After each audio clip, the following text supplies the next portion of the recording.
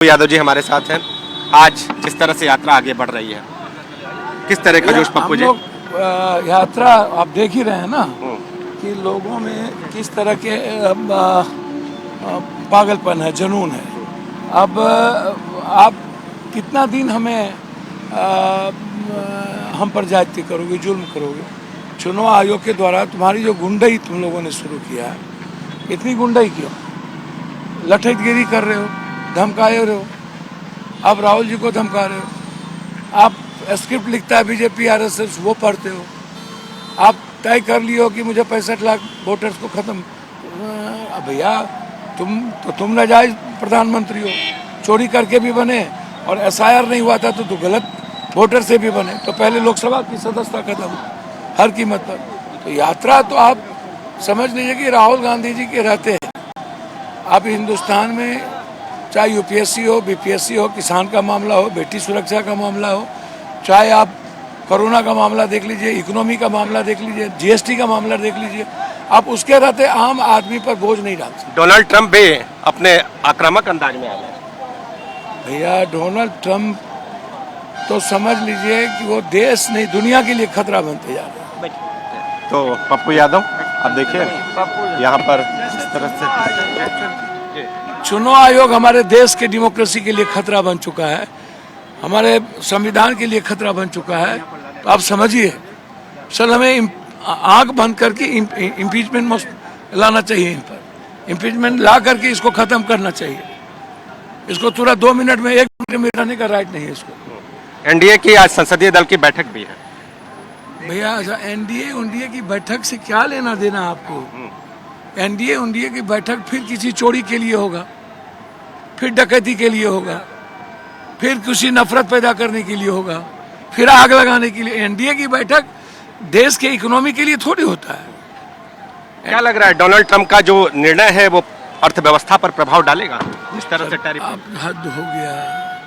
Donald Trump के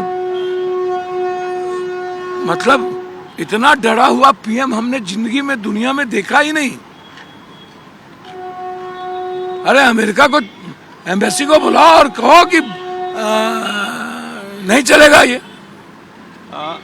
पप्पू जी, हम जिस तरह से घूम रहे हैं, नीतीश कुमार जी कहाँ हैं?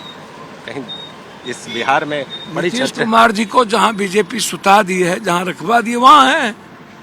बीजेपी ने उनको बिल्कुल सुप्ता अवस्था में ला दिया है और उनके साथ बीजेपी ने बड़ी गहरी साजिश की है। आप समझ किस तरह की साजिश आपने बताया? साजिश की है कैसी? तो एकदम समझिए कि इस हाल में जो लाए तो बीजेपी आइसोलेशन में ला के खड़ा कर दिया। हमेशा अपमानित करना, हमेशा। यार आप गहरी साजिश नहीं समझ रहे हैं। वो पीएम हो गए होते, साजिश किसने किया उसके साथ? बीजेपी ने। तो पप्पू यादव का आमंत्रण नीतीश कुमार जी को क्या है? पहले ही पीएम हो गए होते, गहरी साजिश उसने की। साथ जोड़ना है जी, उनको भी जोड़ने की कहीं कवायद करते हैं सर। हमेशा राहुल गांधी जी उनके रेस्पेक्ट के लिए खड़े रहते हैं, सम्मान देते हैं उनको। गाली तो बीजेपी ने दिया है 4 बार, राहुल जी ने तो हमेशा इज्जत की है। और राहुल जी नीतीश कुमार जैसे लोगों की बहुत इज्जत करते हैं।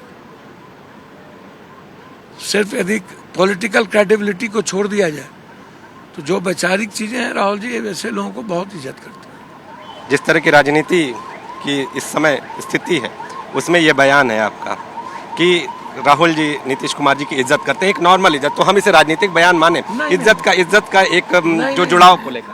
नहीं, मैंने कहा कि राहुल गांधी जी हमेशा इज्जत करते हैं ऐसे लोगों की, वैचारिक लोगों की, एक कॉम्पिटेंट लोगों की, जो दूसरों के बारे में सोचता हो। मतलब राहुल गांधी जी को आप देखिएगा कि जो देश के बारे में, विकास के बारे में बात करता हो, राहुल गांधी जी वैसे लोगों को बहुत ज्यादा लाइक करते हैं। पप्पू यादव अब इस यात्रा में आगे बढ़ रहे हैं और इनका ये कहना है कि राहुल गांधी नीतीश कुमार की भी इज्जत करते हैं।